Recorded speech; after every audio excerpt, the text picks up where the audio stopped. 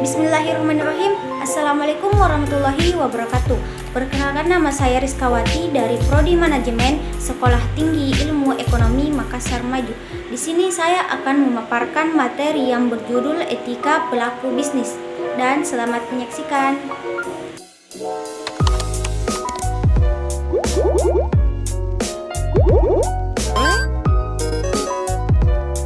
Pokok pembahasan pada materi kali ini yaitu etika perilaku bisnis, etika perilaku bisnis terhadap produsen dan supplier, dan terakhir etika perilaku bagi seorang investor dan pemegang saham.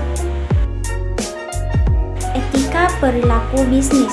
Etika menuntut agar seseorang melakukan ajaran moral tertentu karena ia sadar bahwa hal itu memang bermanfaat dan baik bagi dirinya dan orang lain. Dalam bisnis, etika menjadi hal yang perlu dilakukan oleh semua pelaku bisnis. Etika sendiri merupakan sebuah ilmu yang mempelajari bagaimana berperilaku jujur, benar, dan adil. Perilaku etis dalam kegiatan berbisnis adalah sesuatu yang penting dalam keberlangsungan hidup bisnis itu sendiri. Bisnis yang tidak etis akan merugikan bisnis itu sendiri, terutama jika dilihat dari perspektif jangka panjang. Bisnis yang baik bukan saja bisnis yang menguntungkan, tetapi bisnis yang baik adalah selain bisnis itu menguntungkan juga bisa bisnis yang baik secara moral. Perilaku yang baik dalam konteks bisnis merupakan perilaku yang sesuai dengan nilai-nilai moral. Etika berperan penting dalam membangun reputasi yang baik bagi perusahaan. Perusahaan yang berkomitmen pada etika bisnis yang tinggi cenderung mendapatkan kepercayaan pelanggan, mitra bisnis, dan masyarakat umum. Oleh karena itu, sebagai pelaku bisnis, kita harus memiliki etika bisnis yang baik. Ada 5 jenis kepentingan yang terlihat dalam bisnis. Yang pertama, pemilik. Pemilik adalah individu atau sekelompok orang yang memiliki ide untuk suatu bisnis dengan mengorganisasikan, mengelola, dan mengasumsikan risiko suatu bisnis yang dihadapi. Yang kedua, karyawan. Karyawan adalah manajer yang berperan sebagai pengolah dan pembuat keputusan penting dalam perusahaan. Karyawan mempunyai tanggung jawab mengelola pekerjaan yang ditugaskan pada karyawan lain dalam mengambil keputusan penting dalam perusahaan. Yang ketiga, kreditor. Disebut sebagai salah satu pemegang kepentingan dalam bisnis karena berkaitan dengan perusahaan yang mendapatkan tambahan dana dari pihak ketiga. Yang keempat, pemasok. Setiap perusahaan membutuhkan bahan baku untuk menjalankan produksi dan menghasilkan produk. Yang kelima, pelanggan. Sebagai pemegang kepentingan, karena keuntungan yang diperoleh perusahaan berasal dari produk perusahaan yang dibeli oleh pelanggan. Etika perilaku terhadap produsen. Produksi menghasilkan barang dan jasa melalui transformasi input menjadi output secara profesional dan bertanggung jawab.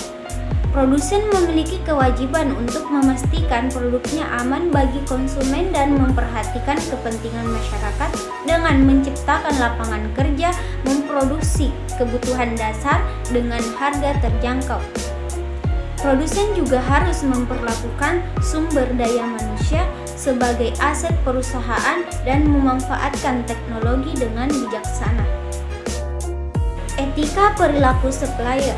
Supply chain adalah pengelolaan kegiatan mulai dari pengadaan bahan baku, proses produksi, dan pengiriman barang ke rantai distribusi.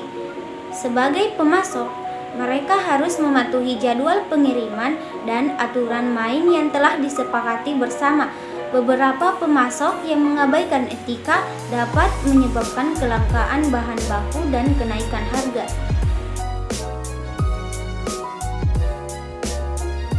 Etika perilaku investor dan pemegang saham.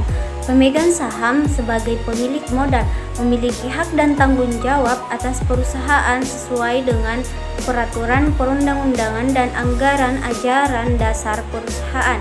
Komitmen Nasional Kebijakan Governance merupakan suatu lembaga yang berperan untuk mendorong dan meningkatkan efektivitas penerapan good governance di Indonesia dalam rangka membangun kultur yang berwawasan good governance baik di sektor publik maupun koperasi.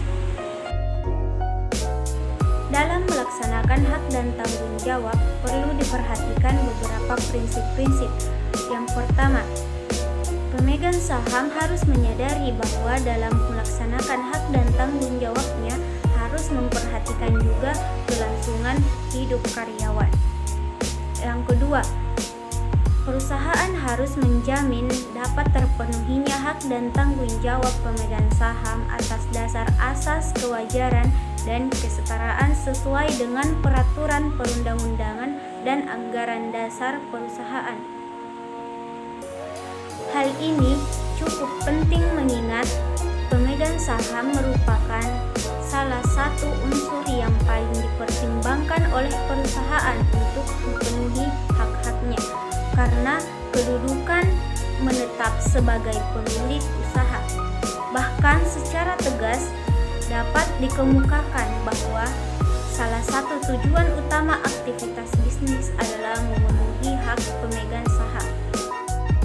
Pemegang saham pada dasarnya meliputi yang pertama, hak untuk menghadiri, yang kedua, hak untuk memperoleh informasi, yang ketiga, hak untuk menerima keuntungan perusahaan, dan yang terakhir, hak untuk memperoleh penjelasan lengkap dan informasi yang akurat. Pemilik perusahaan adalah orang yang memiliki ide untuk memulai suatu bisnis dengan mengorganisasikan, mengelola, dan mengasumsi risiko suatu bisnis yang dihadapi mulai dari permulaan bisnis.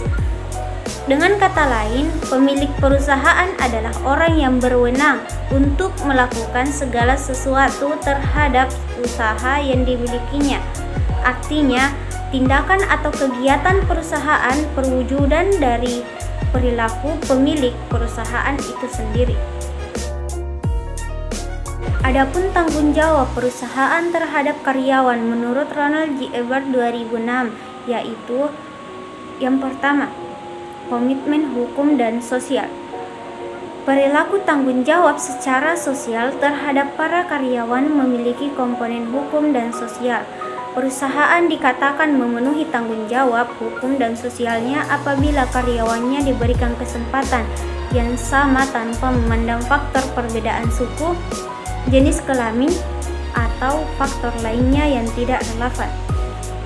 Yang kedua, komitmen etis. Menghargai karyawan sebagai manusia juga berarti menghargai perilaku mereka sebagai individu yang bertanggung jawab secara etis.